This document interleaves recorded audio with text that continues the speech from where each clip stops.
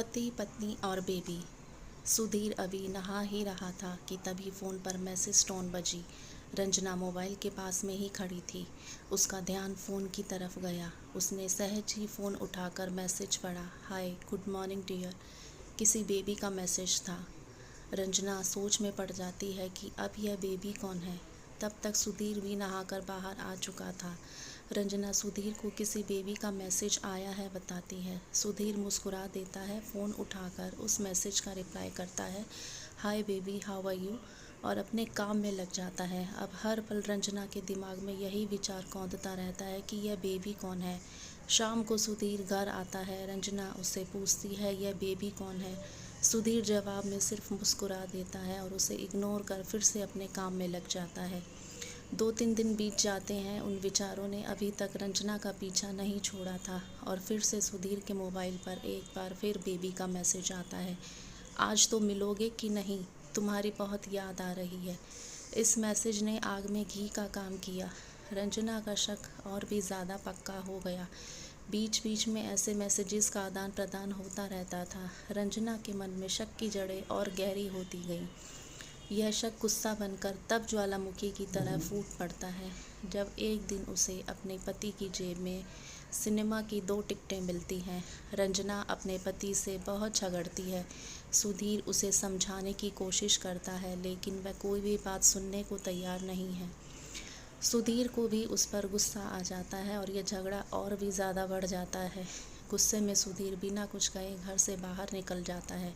रंजना का गुस्सा सुधीर से कई गुना ज़्यादा है। तुरंत वो अपना सारा सामान पैक करती है, एक चिट्ठी लिखती है कि मैं मायके जा रही हूँ हमेशा के लिए, और पति का घर छोड़कर चली जाती है। गुस्सा शांत होने पर सुधीर घर आता है तो चिट्ठी पढ़कर उसके होश उड़ जाते हैं। 10 दिन बीत जाते हैं। डोरबेल बजती है जहाँ रंजना चली गई है रहने के लिए। रंजना दरवाज़ा खोलती है। दरवाजे पर 10 साल की एक छोटी बच्ची हाथों में चिट्ठी लिए खड़ी है। वह रंजना को चिट्ठी देती है। बच्चे से वह चिट्ठी लेकर पत्नी चिट्ठी खोलकर पढ़ती है, डियर वाइफ, जिस बेबी की वजह से हम दोनों इतने झगड़े हुए तुम्हारा घर छोड़कर यहाँ चली आई, यह बच्ची जो अभी तुम्हारे सामने खड़ी है यह वही बेबी है।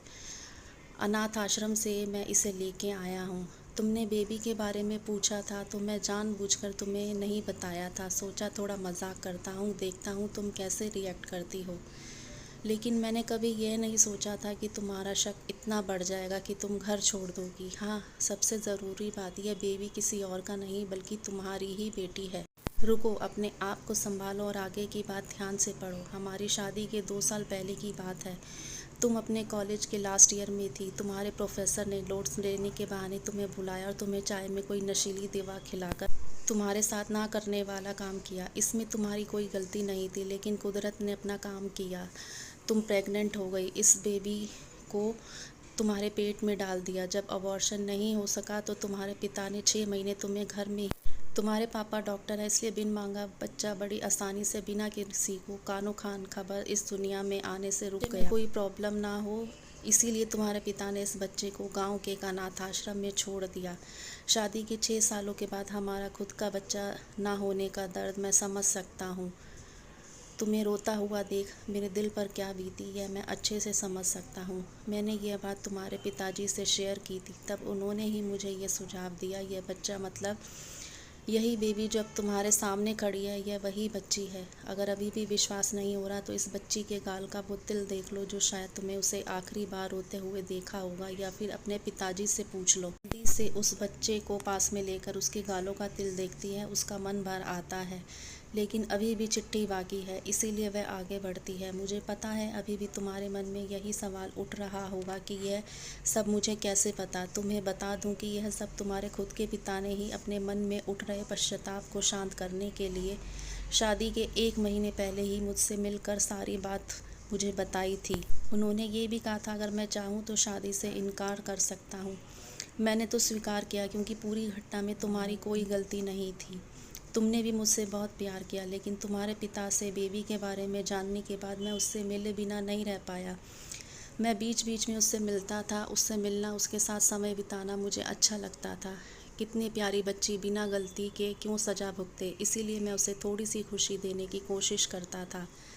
बस मुझे इतना ही कहना था। अब अगर तुम फिर से अपने घर आकर मेरे साथ रहना चाहो तब और सिर्फ तुम तभी गैलरी में आओ। तुम्हारा और सिर्फ तुम्हारा डियर सुधीर। बिना एक क्षण की भी देरी के पत्नी दौड़कर गैलरी में पहुंची और रास्ते में उसका पति सुधीर खड़ा था। उसके चेहरे पर मुस्कान थी, पत्नी की आंखों में आंसू के पूर। तो इस कहानी से यही सीखने को मिलता है कि कारण कुछ भी हो, पति पत्नी को अपने दोनों के बीच में कभी भी किसी तीसरे को थोड़ी सी भी जगह मत देनी चाहिए, क्योंकि दुनिया में हर बीमारी का इलाज है, लेकिन शक नाम की बीमारी का कोई इलाज नहीं। मन शांत रखो, जो भी मन में आए एक दूसरे को बताओ। बिना बात की किसी नतीजे पर पहुंचना बहुत खतरनाक होता है, और शक का कीड़ा अगर दिमाग में बैठ जाए तो इसका कोई इलाज नहीं।